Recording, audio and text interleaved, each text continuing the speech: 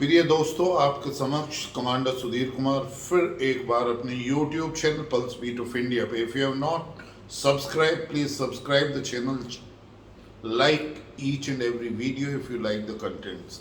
आज जो मैं आपके समक्ष एक मुद्दा रख रहा हूं वो कितना हर्ष का विषय है। आप सभी ने देखा कि भारत के युवा किस तरीके से आगे बढ़ रहे हैं, किस तरीके से देश के अंदर एक सेल्फ कॉन्फिडेंस का जो प्रभाव हो रहा है, जिस तरीके से टोक्यो ओलंपिक में हमारे युवा खिलाड़ियों ने एक के बाद एक प्रदर्शन किया है, उसके लिए हमारे गौरव की बात ही नहीं है। ये बहुत ही एक तरीके से हम लोग सोच सकते हैं कि हमारा भविष्य कितना सुरक्षित है और हमारे युवा आगे आने वाले खेल की प्रतियोगिताओं में किस तरीके से अच्छा प्रदर्शन करेंगे और अच्छा करेंगे और भारत को प्राउड करेंगे।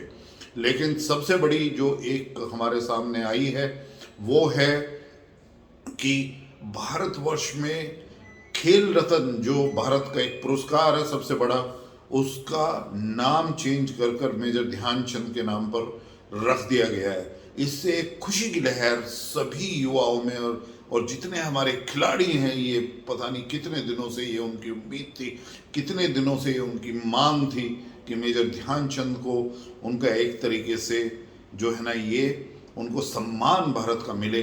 क्योंकि मेजर ध्यानचंद हमारे ऐसे थे जो जिन्होंने कितनी दफ़े उसमें ओलंपिक में 1920 से लेकर 1938-40 तक जो है ना कितने गोल्ड मेडल जो है ना ओलंपिक में जीते, और सारी जितनी भी हॉकी की प्रतियोगिताएं पूरे विश्व में हुई, उन्होंने सभी जगह बहुत ही अच्छा प्रदर्शन किया। एक बार तो उनके सबसे ज़्यादा गोल शायद हेलसिंकी ओलंपिक में है, जहाँ पर उन्होंने 14 गोल किए, और लोगों ने उनको कहा कि इनकी हॉकी नहीं है, उसमें ये तो हॉकी का एक जादूगर है, और तब से हॉकी के जादूगर से मेजर ध्यानचंद का नाम पड़ गया था।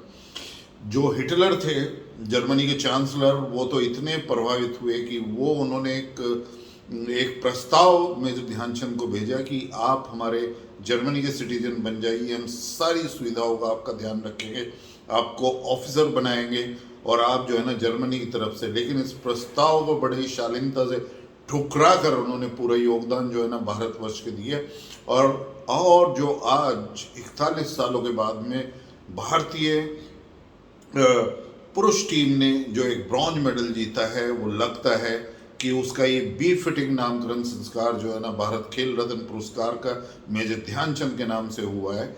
और अब मैं थोड़ा सा आपको थोड़ा इस परिप्रेक्ष्य में ये भी बात बताना चाहूँगा कि 2011 में हमारा जो खेलों के लिए बजट था वो सिर्फ 680 करोड़ के आसपास था। अब ये बढ़कर 2021 में करीब 2800 करोड़ हो गया है। जो कुछ नेगेटिव माइंडेड लोग हैं वो उसमें इन्फ्लेशन भी जोड़ते हैं और वो कहते हैं कि नहीं, इसका पूरा इफेक्ट 2400 करोड़। यदि मैं यही मान के चलूँ कि 680 करोड़ से 2400 करोड़ हो गया है इन्फ्लेशन को अकाउंट में लेने के बाद, तो भी एक बहुत बड़ा प्रोत्साहन है, और ये यहीं पर जाकर नहीं रुकेगा। अभी एक और मुद्दा बहुत ही अच्छी तरीके से इस टोक्यो ओलंपिक के बाद में आया है कि भारत एक स्पोर्ट नेशन अब नहीं रहेगा। जितना ध्यान क्रिकेट को दिया गया और क्रिकेट को पूजा गया है यहाँ पर, जो एक कॉलोनियल स्पोर्ट है जिसको जितने भी विकसित देश हैं, यूएसए, चाइना, जितने भी इकोनॉमी में आगे बढ़ रहे हैं, वो कोई भी इस स्पोर्ट्स को नहीं खेलता। तो ये कॉलोनियल माइंडसेट से ब्रिटिशर्स ने यहाँ पे इंडिया में शुरू किया, और क्रिकेट ने और सभी जो हमारे गेम थे जहाँ पर हमारी शक्ति थी, उन सभी स्पोर्ट्स को एक तरीके से खा लिया। तो अब टोक्यो ओलंपिक के बाद में आया है कि India has become a nation of all sports. यहाँ पर सभी स्पोर्ट्स को महत्व मिलेगा, और जिस तरीके से तैयारी हुई थी टोक्यो ओलंपिक की, मुझे पूरी उम्मीद है कि गवर्नमेंट ऑफ इंडिया और हमारे आदरणीय प्रधानमंत्री ने जिस तरीके से इसको पुश किया है, वो आगे भी इसमें और निवेश और इसमें एलोकेशन ऑफ फंड्स दिया जाएगा जितनी ज़रूरत है, और सभी स्पोर्ट्स को आगे बढ़ाया जाएगा। और भारतवर्ष सिर्फ एक क्रिकेट को ही ना सोचकर, अब मैं थोड़ा सा आपको जो है ना बता दूं कि कितनी धनराशि दूसरे स्पोर्ट्स में दी जाती है और कितनी क्रिकेट में जो ए क्लास पे आ जाते हैं, जो नेशन को रिप्रेजेंट करते हैं सीनियर लेवल पे, उनका एक सीजन के लिए जो एक साल का जो उनको जो धनराशि दी जाती है वो है करीब 7 करोड़ रुपए। और जो दूसरे स्पोर्ट्स में जैसे आर्चरी है, बैडमिंटन है, या रेसलिंग है, या और दूसरे स्पोर्ट्स हैं, यदि उसमें कोई आदमी सेलेक्ट होता है, चाहे वो महिला या पुरुष हो, उसमें ज़्यादा से ज़्यादा जो आजकल मासिक वेतन है, मासिक धनराशि उनको दी जाती है, वो है सिर्फ 1 लाख रुपए मैक्सिमम, रहने और दूसरी सुविधाओं के साथ साथ। तो देखिए आप कितना डिफरेंस है, कहाँ पर 1 लाख रुपए पर मंथ है, कहाँ पर एक सीजन का 7 करोड़। यदि उसको लगाएं तो करीब उन्हें मंथ में पड़ते हैं करीब 80 से 90 लाख। और यदि वो टूर्नामेंट खेलते हैं और आईपीएल खेलते हैं तो उसमें इतने ही 7 करोड़ के बराबर वो अलग से जो है ना पैसे बनाते हैं। तो ये डिफरेंस जो है ना हमें कम करना होगा। हमें अपने जो राष्ट्रीय खेल हैं उनको पूरी तरीके से पूर्णतः से फोकस करके आगे बढ़ाना पड़ेगा।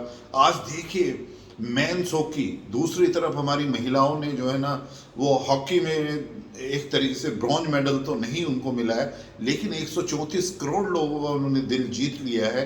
जिस तरीके से उन्होंने परिश्रम किया है, जिस तरीके की गेम भावना से उन्होंने गेम को खेला है, और विश्व की जो बड़ी बड़ी टीम है उनको किस तरीके से टक्कर दी है। आप दूसरी तरफ देखिए हमारे पहलवान किस तरीके से उन्होंने एक सिल्वर मेडल जीता, और आज एक बजरंग पूनिया ने फिर एक ब्रॉन्ज मेडल जीत लिया। इसी तरीके से बॉक्सिंग में और मुक्केबाजी में किस तरीके से हमारे जो है ना वो खेल वालों ने उसमें चमत्कार किया है। इसी तरीके से जो हमारे भाला फेंक में है उनका कितना अच्छा प्रदर्शन है। इसके साथ यही बात है कि अब देश निकल पड़ा है, अब ये देश ऊपर जा रहा है, अब ये देश प्रगति के पथ पर है। युवा भारत को आगे बढ़ा रहे हैं और युवा शक्ति सब जगह अपना प्रचंड दिखा रही है, भारत का नाम ऊंचा कर रही है। तो उसी के साथ साथ ये बहुत ही हर्ष का विषय है कि भारत खेल रत्न मेजर ध्यानचंद हॉकी के जादूगर के नाम से रख दिया गया है। और इसी तरीके से जो हमारे सम्मानित खिलाड़ी है उनको अब आगे मान सम्मान मिलता रहेगा। और जो धनराशि जितनी भी चाहिए वो जो दूसरे हमारे स्पोर्ट्स हैं, जो हमारे राष्ट्रीय खेल हैं, उन सभी में धनराशि दी जाएगी, जिससे क्रिकेट के सामने हम भारत को अब सिर्फ वन स्पोर्ट नेशन न कह के सभी स्पोर्ट्स को आगे बढ़ाएं।